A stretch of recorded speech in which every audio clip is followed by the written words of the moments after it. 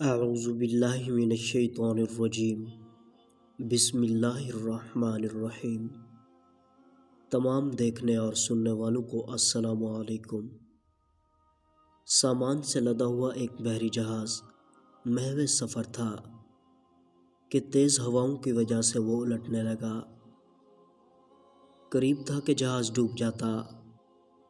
اس میں موجود تاجروں نے کہا کہ بوجھ ہلکا کرنے کے لیے کچھ سامان سمندر میں ڈال دیتے ہیں۔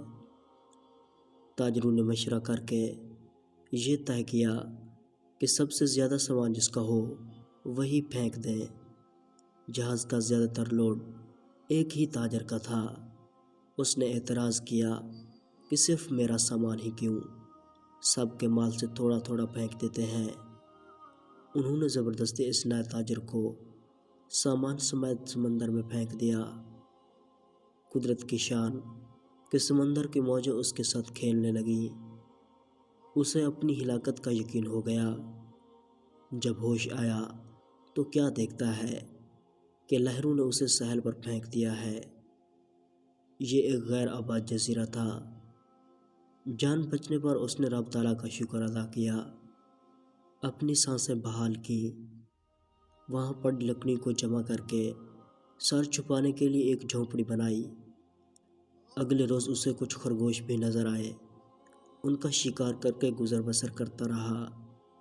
ایک دن ایسا ہوا کہ وہ کھانا پکا رہا تھا کہ اس کی جھونپڑی کو آگ لگ گئی۔ اس نے بہت کوشش کی مگر آگ پر قابو نہ پا سکا۔ اس نے زور سے پکارنا شروع کیا، تو نے مجھے سمندر میں پھینک دیا، میرا سارا سامان غرق ہو گیا، اب یہی جھونپڑی تھی میری کل کائنات، اسے بھی جلا کر راکھ کر دیا، اب میں کیا کروں؟ یہ شکوہ کر کے وہ خالی پیٹ سو گیا۔ صبح جاگا تو عجیب منظر تھا۔ وہ دیکھتا ہے کہ ایک کشتی ساحل پر لگی ہے اور ملاح اسے لینے آئے ہیں۔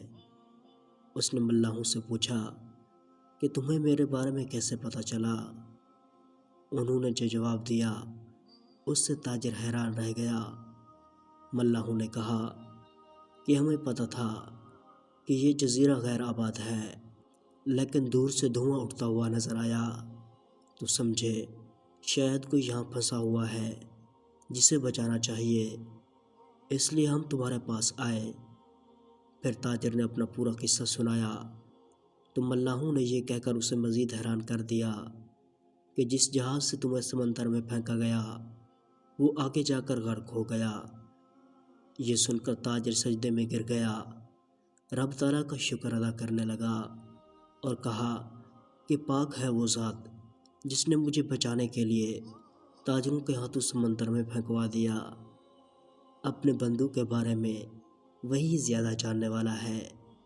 پیارے دوستو، حالات جتنے بھی سخت ہو جائیں اللہ کی رحمت سے مایوس نہیں ہونا چاہیے۔ ہر حال میں اپنے رب پر بھروسہ رکھیے۔ پیارے دوستو، تو یہ تھی آج کی ویڈیو۔